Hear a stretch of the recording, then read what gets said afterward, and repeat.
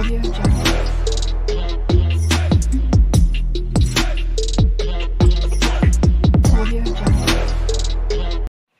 Guys, good morning, welcome back to my another video. তো সকাল সকাল তোমাদের সামনে চলে আসলাম একটা ব্লগ নিয়ে। আর আজকে হচ্ছে গিয়ে শুক্রবার। তো আজকে অনেকক্ষণ উঠেছি, কেন গরমে একদম শুতে পারছি না। তো বহুক্ষণ আগে উঠেছি, সমস্ত কাজকর্ম কমপ্লিট হয়ে গেছে, পুজো হয়ে গেছে, স্নান হয়ে গেছে, একটা ওয়াশ করেছি। কিন্তু হচ্ছে এত গরম, যেহেতু আমি হচ্ছে গিয়ে রান্নাঘরে রয়েছি, তো আমি চুলটাকেও ছাড়তে পারছি না। আর আমাকে দেখে বুঝতে পারছো আমার কী অবস্থা হয়েছে। তো আমাকে দেখে বুঝতেই পারছো যে আমার কি অবস্থা হয়েছে, একদম ঘেমে দেবো। তুমি নিয়ে নাও, থাক, ছেড়ে দাও, কালকে ফেলো। তো হচ্ছে গিয়ে ব্লগটা আপাতত স্টার্ট করলাম। তো তোমরা সাথে দেখো, পাশে দেখো, আর অবশ্যই কিন্তু ভিডিওটা স্কিপ না করে দেখো। আর খুব তাড়াতাড়ি আমার 3000 হতে চলেছে, তার জন্য তোমাদেরকে অসংখ্য ধন্যবাদ। তোমরা এইভাবে পাশে না থাকলে আমি কিন্তু কোনোভাবেই একটু পথে এগাতে পারতাম না। তো ওইদিকে গাড়িওয়ালা এসছে, বাসি বাজছে। তো চলো আপাতত ব্লগটা স্টার্ট করলাম, সাথে থেকো। আর হচ্ছে কি আমার কি অবস্থা হয়েছে, বাবরে বাবু, ঘেমে গেছে। তো চলো এখন হচ্ছে গিয়ে ঘরে যাই।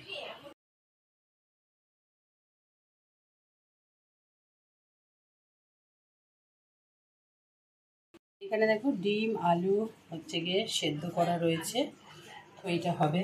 এখানে দেখো চালটা মাখানো হচ্ছে, নুন আছে এর মধ্যে, গরম মশলা আছে, আদা আছে, ঘি আছে, আর হচ্ছে একটু হলুদ দেওয়া হয়েছে। তো ফুড কালার নেই, সেই কারণে হলুদ দেওয়া হয়েছে। তো প্যানে দিয়ে দিয়েছি কিন্তু আমি তেল, আর দেখো দিয়ে দিয়েছি কিন্তু নুন হলুদ। এবার হচ্ছে কি ডিমগুলো দিয়ে দেবো। তো দেখো আমি কিন্তু দিয়ে দিয়েছি ডিমগুলো, এবার এগুলোকে বেশ লাল লাল করে ভেজে নেবো।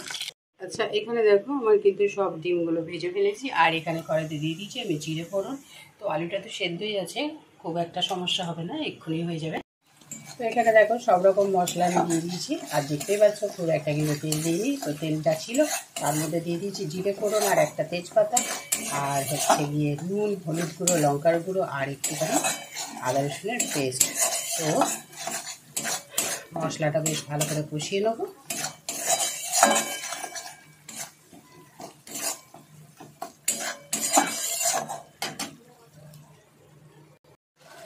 তো দেখো এর মধ্যে দিয়ে দিয়েছি কিন্তু আমি আলু, আর আলুটাকে দিয়ে বেশ ভালো করে কিন্তু কষিয়ে নেব।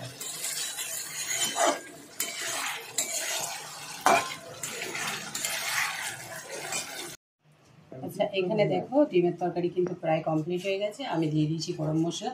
তো এটা একটুখানি ফুটুক জাস্ট, আর আমি হচ্ছে গিয়ে বসিয়ে দিয়েছি কিন্তু আলাদা একটা কড়াই। এটা দেখো আগে থাকতেই কিন্তু আমি এটাকে একটু সামান্য জল দিয়ে, নুন দিয়েছি হাফ চা চামচ, আর একটুখানি দিয়েছি কিন্তু গরম মশলা, তার সঙ্গে আদা কুচি আছে, আর হচ্ছে গিয়ে ফুড কালার কারোর থাকলে ফুড কালার দিতে পারো, কিন্তু আমার কাছে যেহেতু আজকে ফুড কালারটা নেই, বেশ অনেক দিন ধরে বিরিয়ানি হয় না, সেই কারণেই হচ্ছে আমি দিয়ে দিয়েছি কিন্তু হলুদ, আর অবশ্যই কিন্তু ঘি দিয়ে মাখিয়ে রেখেছি। তো কড়াইটা বসিয়ে দিয়েছি, কড়াইটা দেখতে পাচ্ছ যে একটুখানি জল দিয়ে ধুয়ে নিয়েছিলাম, আর এখানে দিয়ে দেবো এখন ঘি। আর এখানে দেখো চালটা আমি আগেই তো একটুখানি জল দিয়ে ধুয়ে, তার সঙ্গে নুন, একটুখানি গরম মশলা, আর হচ্ছে গিয়ে তার সঙ্গে ঘি, আর অবশ্যই ফুড কালার কারোর থাকলে ফুড কালার, আমার যেহেতু ফুড কালার ছিল না সেই কারণে আমি কিন্তু হলুদ দিয়ে রেখেছি। আর হচ্ছে গিয়ে ফুড কালারটা দিলে কী হয়, কালারটা একটু বেশি ভালো হয়, বলা হয়। তো চলো আপাতত হচ্ছে কড়াইতে দেওয়া যাক ঘি। দেখতে পাচ্ছ আমি কিন্তু দিয়ে দিয়েছি ঘি, আর এর মধ্যে ভেজে নেবো কাজু আর কিশমিশ। দেখো আমি দিয়ে দিয়েছি গোটা গরম মশলা, আর এখানে আমি খুব অল্প পরিমাণ কাজু কিশমিশ নিয়েছি, কেন হচ্ছে কাজু কিশমিশ মেয়ে খুব একটা ভালো খায় না। আর এখন হচ্ছে গিয়ে এখানে দিয়ে দিয়েছি গোটা গরম মশলা। তো এর মধ্যে আমি অ্যাড করবো চালটা।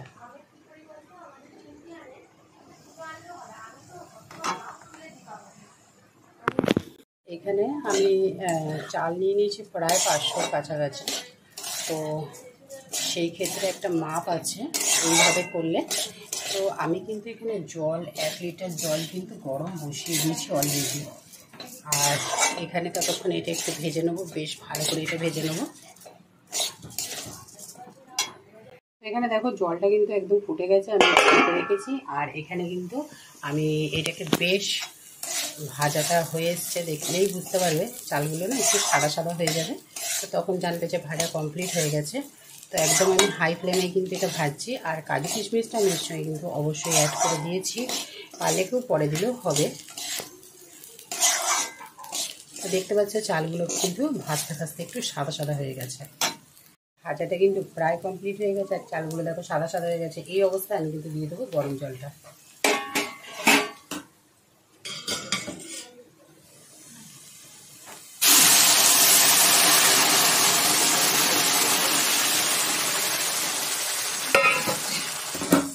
গ্যাসটা কিন্তু আমি একদম কমিয়ে দিয়েছি, একটুখানি ফুটিয়ে নিয়ে আর দিয়ে দেবো এর সঙ্গে চিনি।